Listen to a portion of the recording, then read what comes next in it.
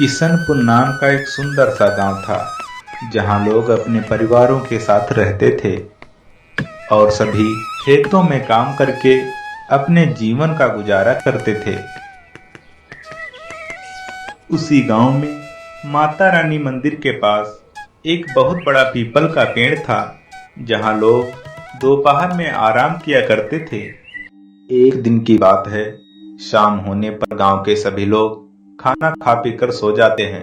तभी उस गांव में एक विशालकाय दानव आता है और वह दानव गांव के घरों को देखकर कहने लगता है, अरे वाह, इस गांव में तो कितने सुंदर सुंदर घर हैं।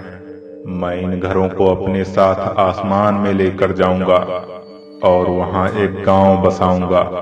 बहुत मजा आएगा। इतना कहकर वह दानव जमीन पर आता है और एक घर को अपने हाथों में लेकर आसमान की ओर चला जाता है। वह दानव कई बार गांव में आता है और हर बार एक घर को अपने साथ लेकर आसमान में चला जाता है। धीरे धीरे करके दानव ने गांव के आधे घरों को आसमान में लटका दिया। सुबह होने पर जब गांव के लोगों ने देखा तो सब बहुत आश्चर्यचकित हो गए और एक दूसरे से कहने लगे, अरे भैया, ये क्या हो गया?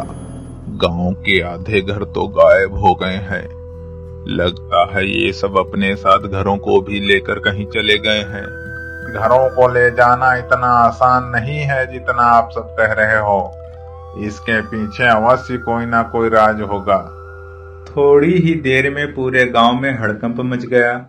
सभी लोग एक दूसरे से पूछ रहे थे, परंतु इसका जवाब किसी के पास नहीं था, क्योंकि गांव के लोगों ने पहले ऐसी घटना कभी नहीं देखी थी।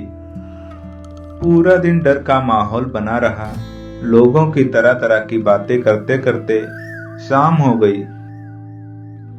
डर के कारण गांव के कई लोग एक साथ घर के बाहर लेटे हुए थे।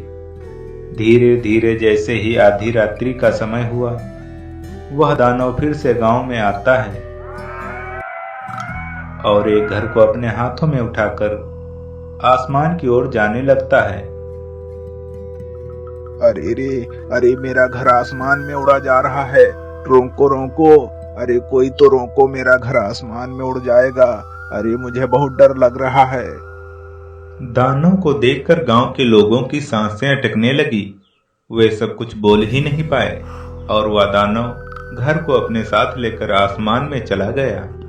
सभी लोग पहले से ही डरे हुए थे, परंतु आज दानव को अपने आंखों के सामने घर को ले जाते देखकर उनकी नींदें उड़ गई। अरे हमें नहीं लगता ये दानव किसी को छोड़ेगा। आज नहीं तो कल एक एक करके सबको अपने साथ ले जाएगा। अरे तुम सब चिंता ना करो, इस दानव से बचने का उपाय कोई ना कोई अवश्य होगा। अरे वो बात तो ठीक है, पर उपाय क्या होगा मुझे तो कुछ समझ में नहीं आता है। एक उपाय है मेरे पास। अब हम सबको माँ दुर्गा ही बचा सकती हैं। हम सबको उनकी विनती करनी चाहिए। वही इस दानव को मारकर हमारे संकट दूर कर सकती हैं। उस बूढ़े आदमी की बात सुनकर सभी लोग माँ दुर्गा के मंदिर में जाते हैं और उस दानव को मारने के लिए माँ से आग्रह करने लगते हैं। इधर आसमान में दानव सभी घरों को सेट कर रहा था और उनसे एक गांव बना रहा था। मुझे मेरे गांव ले चलो, मुझे बहुत डर लग रहा है। चुप हो जाओ, अब तुम सब कहीं नहीं जाओगे। अगर बार बार चिल्लाकर मेरी खोपड़ी खाई तो मैं अभी तुम सबको मार कर खा जाऊंगा। दानव लोगों को धमकी दे रहा था कि वहां पर माँ दुर्गा तुरंत प्रकट हो जाती हैं और उस दानव से कहने लगती हैं, मूर्ख दानव, अब तेरे पापों का घड़ा भर चुका है। अब तुम मरने के लिए तैयार हो जा। तुम कौन हो?